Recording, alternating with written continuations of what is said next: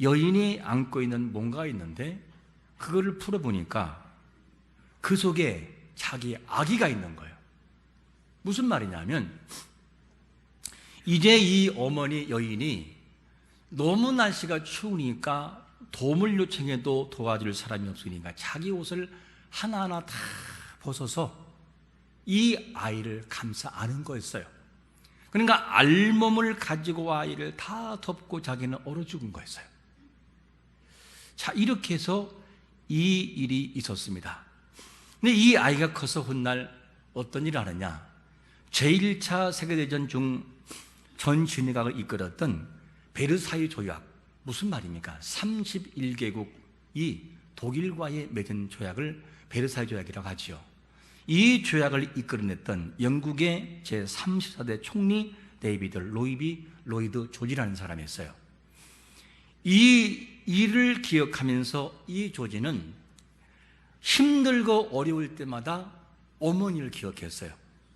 가장 힘들고 어려울 때는 나를 낳아준 어머니가 나를 살리기 위해서 언덕에서 얼어 죽었던 그 형장을, 이 장소를 기억하면서 힘들 때마다 어머니를 기억했고, 추운 겨울이면 옷을 따뜻하게 입을 수가 없었어요. 누굴 기억하니까? 어머니를 기억하니까. 그리고 자기가 너무 힘들다라고 했을 때는 언덕 위로 올라가는 거죠. 왜냐? 어머니를 기억하기 위해서. 이렇게 해서 이 조지라는 사람이 일평생 어머니를 기억하며 살았다고 하는 실제적인 예가 있어요. 우리가 여기에 모신 모든 분들은 누구냐면 예수 그리스도의 피값으로 하나님 아버지의 그 사랑으로 말미암아서 우리를 구속하신 그분의 사랑을 안고 살아간 사람들이에요. 질병 때문에 어려워서 여러 가지 두려움도 있으나 우리의 마음 중심 속에는 하나님의 그 사랑이 불타올라야 돼요. 나를 위해 십자가를 마다하지 않고 죽으셨던 그 하나님의 사랑이 내 마음속에 있으면 우리는 약해질 수가 없다는 것이죠. 이 마음을 가지고 살아가는 삶이 너무나 중요합니다. 오늘 본문에도 예수님께서 천국 시민으로 살아가는 제자들에게 말씀한 것이 뭐냐면, 제자로서 부름받아 살아갈 때 이 땅에서 어떻게 살아가야 진정한 삶을 살아가는 것이냐, 이 내용을 그들에게 계속해서 말씀해 주고 있어요. 그래서 오늘 본문에서 제자들이 복음을 위해 부름받은 다음에 일반적인 삶을 살아갈 때 특별히 하나님의 복음을 위하여 방해되고 있는 이 여러 가지를 나열하면서 쭉 말씀하죠. 그리고 너희들이 정말 신경 쓸 것이 뭐냐? 복음을 위해 부름받는 그 본질에 충실하라. 본질을 놓치지 말고, 비본질 때문에 본질을 놓치지 말고 마음을 다하고 하나님께 마음을 두어라. 이 내용을 여러 가지의 실물 설교를 통해서 말씀하는 것이 오늘 본문 내용이 되겠습니다. 그러면 이 제자들이 이 세상을 살아가면서 마음을 하나님께 두기 위해서 잊지 말 것을 말씀하는데, 첫 번째로 어떤 말씀을 하고 시작하냐면, 첫 번째로 이렇게 시작하고 있습니다. 한 사람이 누구를요? 두 주인을 섬길 수 없다. 이렇게 이야기가 시작이 돼요. 그 내용이 24절에 보니까 이렇게 말씀합니다. 한 사람이 두 주인을 섬기지 못할 것이니 혹 이를 미워하고 저를 사랑하거나 혹 이를 중히 여기고 저를 경히 여김이라. 너희가 하나님과 재물을 겸하여 섬기지 못한다. 이렇게 말씀하고 있습니다. 사람이 마음이 약한 것이 뭐냐면 물질의 마음이 약해요. 그렇게 믿음이 좋다라는 사람들도 물질을 가지고 미혹을 하고 유혹을 하면 마음이 흔들리기 시작을 해요. 그래서 이 물질은 힘이 있어요. 참인 것을 참이 아니라고 바꿔놓기도 해버려요. 믿는 그리스도의 인들도 이 물질 때문에 마음이 약해질 때가 있어요. 물질을 초월해서 하나님께 나아가야 될 성도들인데도 때로는 물질 때문에 어쩔 수 없이 타협의 마음을 줘요. 그래서 어려움을 겪는 사람도 종종은 있습니다. 여기 나오신 모든 분들은 물질의 노예가 되지 말고 믿음을 가지고 물질을 지배할 수 있는 성도가 되시기를 축원합니다. 이 마음을 가지고 살아가야 되죠. 그래서 두 주인을 섬기지 못한다라고 하는 이 말씀을 하면서 어떤 내용을 말씀하냐면, 두 주인이 있는데 한 주인은 뭐냐? 물질이고, 한 주인은 누굽니까? 그들을 불러주신 하나님, 그분을 말하겠죠. 그래서 이 세상 살아가면서 반드시 성도에게는 양면의 날개를 가지고 하늘나라와 이 땅을 함께 공존하면서 믿음으로 잘 지키고 나가면 좋을 텐데, 많은 사람들은 뭐를 놓치냐? 본질이라고 하는 것이 세상이라고 하는 이것 때문에 점점 약화돼서 본질은 저 밑으로 밀리고 비본질이 본질인 양 서 있다는 것이죠. 이거를 말씀하고 있어요. 요즘에 운전하시는 분들 중에서 휴대전화를 많이 해요. 옛날 같은 경우에 운전을 하려면 눈을 바라보고 이렇게 했지만 지금은 그렇게 하지도 않아요. 연세가 지긋하신 어른들은 잘 모르겠지만 하이빅스비 김성도에게 전화 걸어 그러면 김성도에 전화가 오겠습니다. 뜨르릉 하고 가버려요. 안 눌러도. 전화 올 때 이렇게 여보세요 하지 않아요. 버튼 딱 누르면 여보세요? 그냥 대화가 이루어져요. 그런데 운전할 때 운전 중에 이 통화를 하거나 휴대전화를 사용하면 보통에 보다 사고율이 4배가 높다는 통계가 나와요. 그리고 법규 위반, 그리고 여러 가지 신호라든가 이 위반은 30배가 높다는, 30배가. 왜 그러냐? 아무리 이거를 가지고 받지 않는다 할지라도 뭐가 있느냐? 이미 통화를 하고 있으면 집중력이 그 사람에게 가 있는 거예요. 그래서 사고율이 굉장히 높다는 통계가 나와 있어요. 여러분, 운전 하나 할 때에도 뭐에 집중하에 따라서 판도가 바뀐다면 초보 운전 같은 경우에는 그래도 사고율이 덜해요. 왠지 아십니까? 초보 운전 붙이고 왕초보라고 붙이고 오직 어디만 바라봐요? 앞만 보고 와요. 옆도 보이잖아요. 여보 건들면은 아니 잠깐 앞만 보러 와. 왜? 그러니까 사고가 안 나는 거예요. 더. 근데 운전 경력이 20년 3점 되면 발베개를 하고 운전하면서 핸드폰 만지면 이러고 그래서 사고 나는 거예요. 집중이 안 되니까. 자, 오늘 왜 주님께서는 제자들에게 하신 말씀이, 얘들아 너희들이 본질적인 문제를 왜 가지고 고민하지 않고 비본질적인 문제를 가지고 고민하느냐, 이 얘기를 얘기할까? 그들이 집중하지 않기 때문이었어요. 여러분, 오늘 우리 마음속에 잊지 말 것은 뭐냐면 항상 우리 마음 중심 속에는 우리라는 존재는 하나님의 나라라고 하는 것을 기억해야 돼요. 나를 이 땅에 보내신 하나님이라는 본질이 내 마음속에서 떠나는 순간 우리는 비본질 속에 들어와요. 그것 때문에 마음 빼앗기고 본질은 온데간데 없더라는 것이죠. 이거를 아는 것이 참 중요합니다. 그래서 본질에 집중할 것을 말씀하시면서 어떤 말씀을 주고 있냐면 마태복음 6장 25절 우리 한번 같이 읽어보겠습니다. 시작. 그러므로 내가 너희에게 이르노니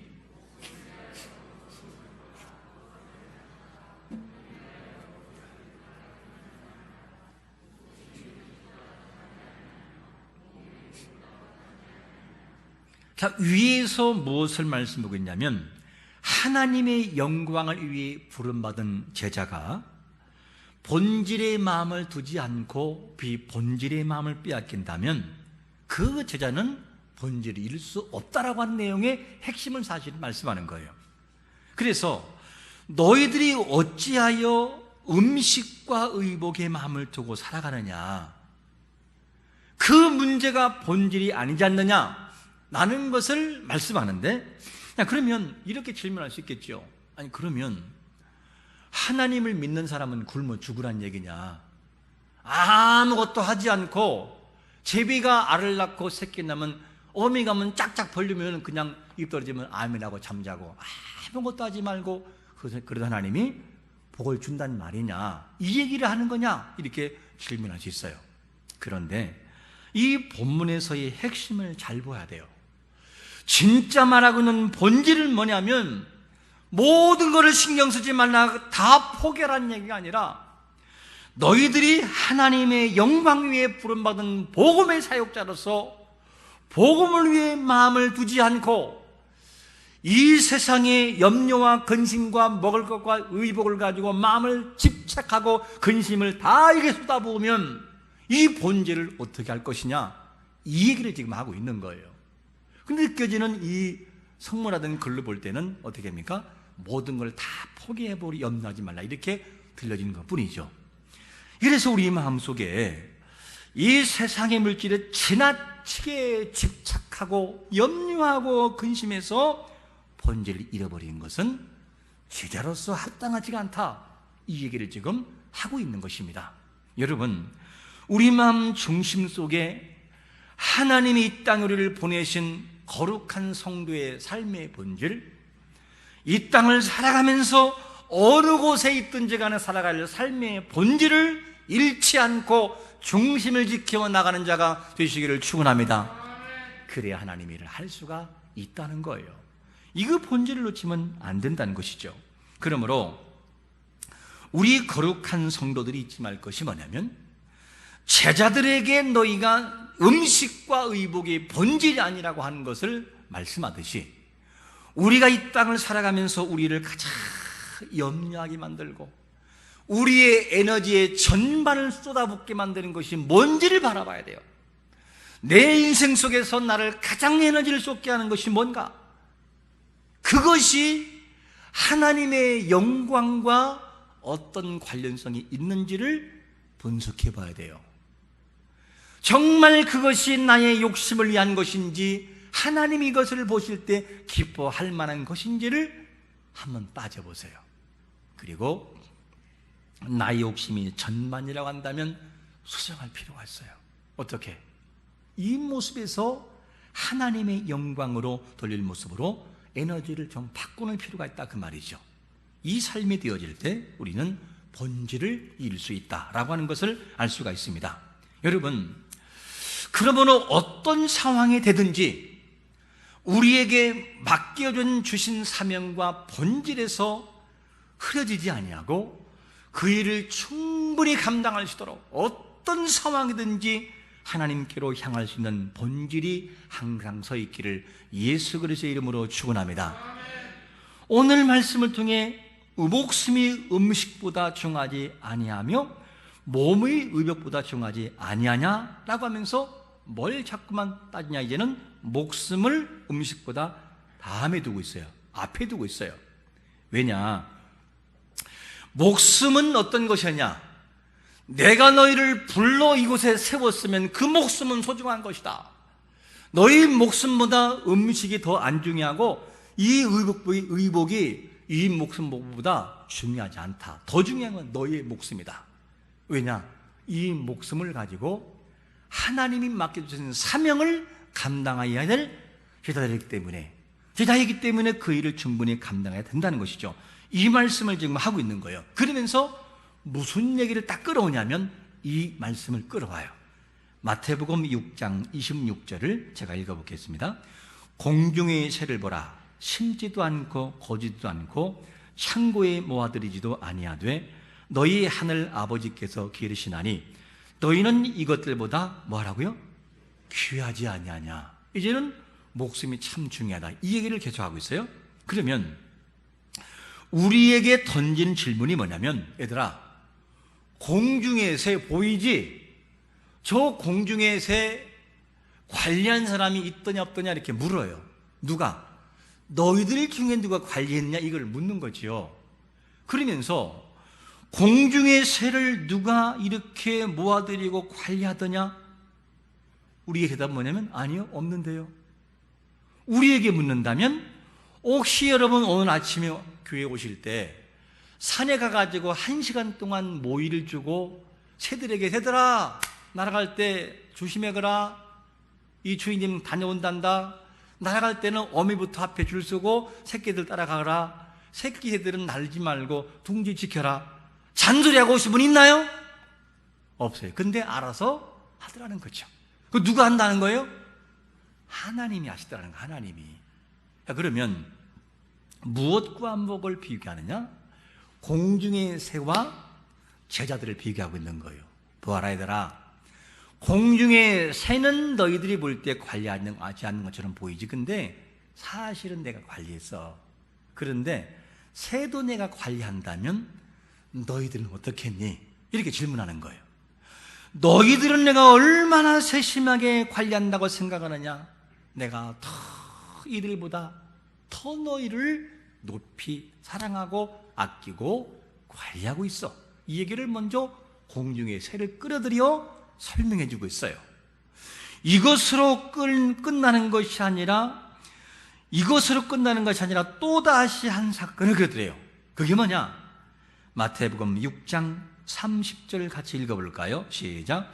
오늘 있다가 내일 아궁이에 던져지는 들불도 하나님이 이렇게 이쁘시거든 하물며 너일까 보냐? 믿음이 작은 자들아. 뭘 말씀하죠? 얘들아, 공중의 새 너 관리 안 하지? 내가 관리해. 들풀 너 관리하니? 내가 관리해. 근데 어떻게 잘 자라지? 꽃이 아름답지? 그래, 아름다워. 누가 관리하니? 내가 관리했어.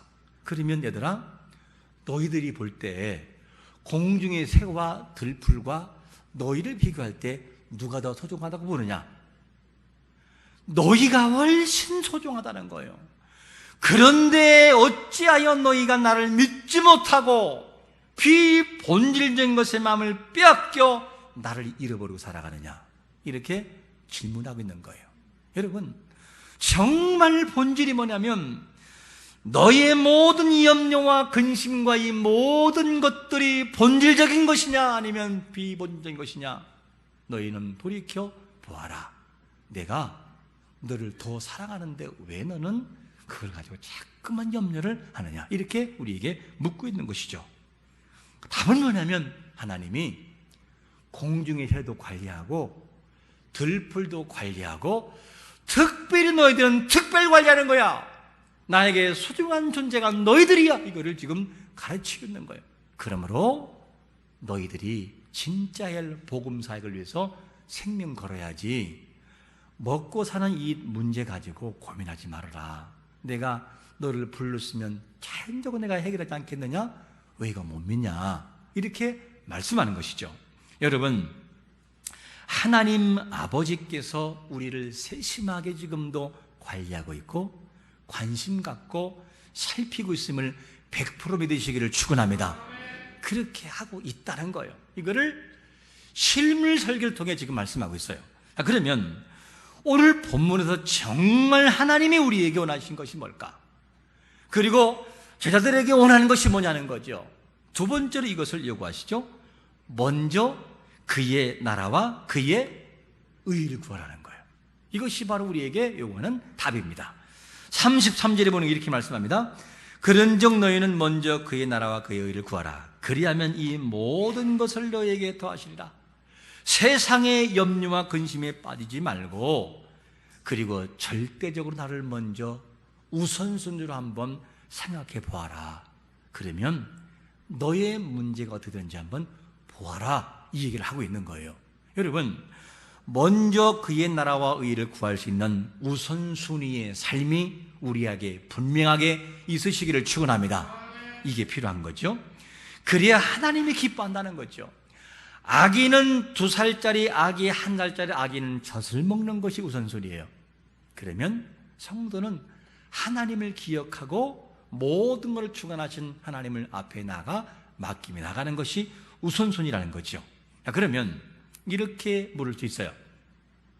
하나님을 우선순위로 기억하며 살아가는 삶이 되면 내가 원하는 대로 되나요? 이렇게 질문할 수 있어요. 하나님의 영광 위하여 우선순위가 된다면 하나님이 100% 모든 삶이 내가 원하는 대로 이루어지나요? 라는 질문을 누구나 할 수 있을 거예요. 정말 형통할 수 있나요? 라는 질문이에요. 답은 뭘까요?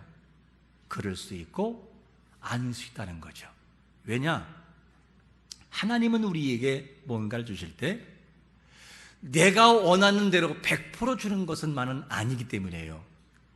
때로는 하나님이 나에게 정반대의 모습을 가지고 나를 연단과 고난을 통해서 넣을 때가 있어요. 그 예를 어디서 볼 수 있느냐? 이스라엘 백성들이 애굽에서 약 400년 넘는 세월 동안에 고통당해요. 울부짖어요.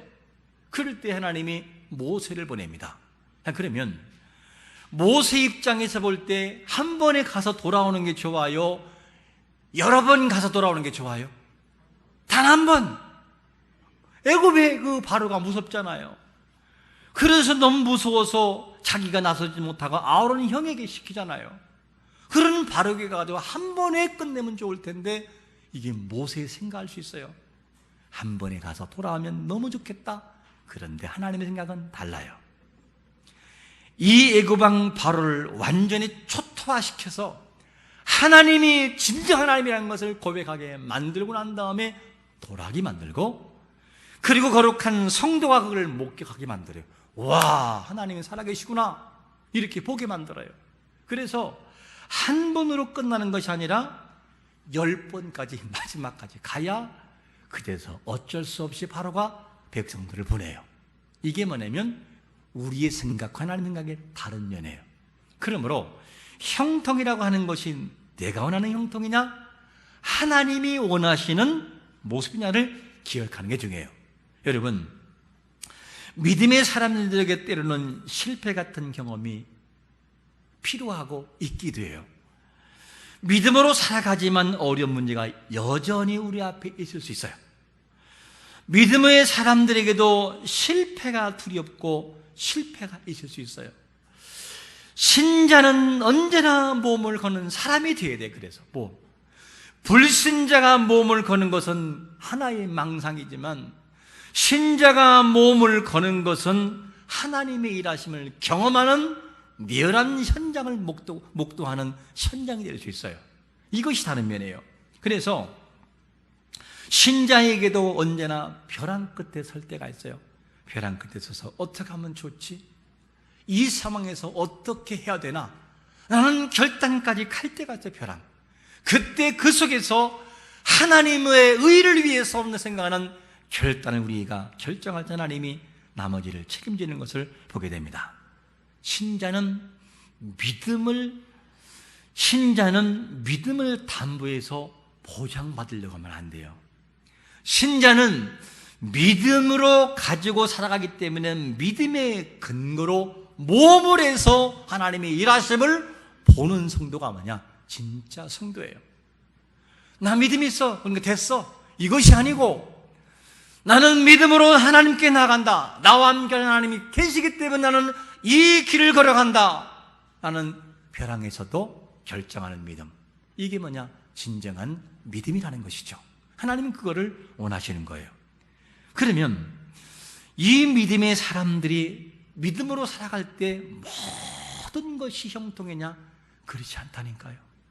믿음으로 살아가는 사람에게도 큰 고통과 아픔들을 만들어낼 때가 있어요. 하나님 그걸 원하실 때가 있어요. 예를 들면 이런 거죠. 미국의 제16대 대통령이 누구죠? 링컨입니다. 링컨인데 이 링컨이 참 믿음이 좋은 사람이에요. 링컨의 10대에 10가지 10계명이 있는데 이런 거야. 제가 한번 읽어볼게요. 나는 주의를 거룩하게 지키며 예배 생활을 힘쓴다. 나는 날마다 하나님의 말씀인 성경을 묵상하고 그 말씀을 실천할 것이다. 나는 도움을 베풀어 주시는 하나님 아버지께 날마다 겸손히 기도할 것이다. 나는 나의 뜻이 아니라 하나님의 뜻에 순종할 것이다. 나는 하나님께 베풀어 주신 은혜를 기억하며 감사할 것이다. 그리고 6번째, 나는 연약하지만 하나님의 도우심을 의지할 것이다. 나는 하나님만을 높여드리고 그분께 영광 돌릴 것이다. 8번째, 나는 하나님 안에서 우리는 모두 차이하며 평등하다고 믿는다. 9번째, 나는 형제를 사랑하고 이웃을 사랑하는 주님의 명령을 실천할 것이다. 10번째, 나는 이 땅 위에 하나님의 진리와 공의가 실현되기 위해 기도할 것이다. 이게 누구냐? 링컨의 신앙의 패턴과 삶이었어요. 이 정도가 되면 어려운 문제가 안 오야 된다고 생각을 해요. 그래야 사람들이 와, 역시 믿음의 사람은 다르네, 나도 이렇게 살아가야지, 이게 생각이 되죠. 근데 하나님은 꼭 그렇게만 안 하더라는 거죠. 이 링컨이라는 삶에 정말로 삶을 연구한 사람의 말을 들어보면 그 공식적인 실패만 몇 번이냐? 27번이라는 거예요. 그 얘기를 한번 우리가 들어볼까요? 이 링컨은 뭐냐면 가난한 구도 수선공으로 아들로 태어났어요. 그리고 그 가난 때문에 학교를 9개월밖에 다니지를 못했어요. 그리고 9살 때 어머니가 돌아가셨어요. 이렇게 어렵게 자란 사람이에요. 그런데 그가 실패를 27번을 경험하는데 몇 가지 예를 들면 이런 거예요. 22살 때 사업을 시작했으나 여지없이 실패하고 말아요. 그리고 23살 때 주의회를 출마했으나 낙선하고 24살 때 다시 사업을 시작했으나 실패해서 17년 동안이나 빚을 갚아요. 그리고 27살 때 신경쇠약과 조현병, 다른 말로 말하면 정신분열증, 사람이 누군가가 내 앞에 있어서 안 보이는데 다른 사람은 다 안 보이는데 나를 괴롭혀요. 그게 눈에 보여요, 그 사람에게는. 이게 바로 조현병이라고 말하죠. 이것 때문에 시달렸고요. 29살 때 의장직에 나섰으나 낙선하고 31살 때 대통령 선거위원회에 나섰지만 실패하고 33살에 국회의원에 출마해서는 낙선하고 37살에 국회의원에 당선되었으나 29살 아래 낙선하고 46살에 상원의원에 출마해서 낙선하고 47살에 부통령 출마해서 낙선하고 49살에 다시 상원의원에 출마해서 낙선하고 51세에 드디어 제16대 대통령이 됐어요. 이게 뭐냐? 링컨의 모습이었어요. 이에게 실패가 없었으면 좋을 텐데 도리어 그것이 그를 강하게 만들었어요. 신자라 하여 믿음으로 산다 하여 의를 위해 산다 하여 형통이 내가 원하는 대로 보장되는 것은 아니에요. 그래도 우리는 그 벼랑 끝에서 신자의 삶을 고백하며 살아내는 것이 뭐냐? 신자의 몫이라는 것이죠. 이게 신자예요. 형통이 없어도, 형통이 나를 지배하지 않아도 나는 그 길을 걸어가는 것이 뭐냐? 그게 신자라는 것이죠. 내가 원하는 삶이 형통이 아니어도 나는 거기에서, 벼랑에서 믿음으로 결단하는 신앙, 이것이 뭐냐? 믿음이라는 거죠. 이 삶을 살아가는 것이 중요해요. 그러나 잊지 말 것은 뭐냐면 신자가 먼저 그 나라와 일을 구하면서 힘들고 어렵지만 꼭 잊지 말 것이 하나, 그게 뭐냐? 시편 33편 13절과 14절입니다. 같이 읽겠습니다. 시작. 여호와께서 하늘에서 굽어보사 모든 인생을 살피시며 곧 그가 거하시는 곳에서 세상의 모든 거민을 굽어 살핀다는 거죠. 세상 사람들이 다 몰라 주어도 하나님이 나를 보고 있고 나의 아픔을 알고 있다는 이 하나의 원칙만 기억하면 못할 것이 없고 어떤 벼랑에서도 믿음의 결단을 내릴 수가 있다는 것이죠. 왜? 그분 나를 보고 있으니까, 자세히 살피고 있으니까 이 믿음을 갖는 것이 중요합니다. 그러므로 우리는 어떤 판결을 내리든지 믿음을 가지고 살아가야 돼요. 왜 하나님 나에게 살아가는 인생 속에서 형통이라는 걸 주시지 않습니까? 하나님의 판결을 내리실 때 우리는 아멘하고 순종하며 살아가야 돼요. 그리고 나가다 보면 어느새 형통이라는 단어가 나에게 익숙해지고 형통이라는 이 역사가 나의 친구처럼 느낄 때가 온다는 것이죠. 이게 중요한 거예요. 하나님은 다시금 우리에게 말씀합니다. 마태복음 6장 33절 한번 현대인 성경으로 같이 읽어보고 정리합니다. 시작. 너희는 먼저 하나님의 나라와 의를 구하라.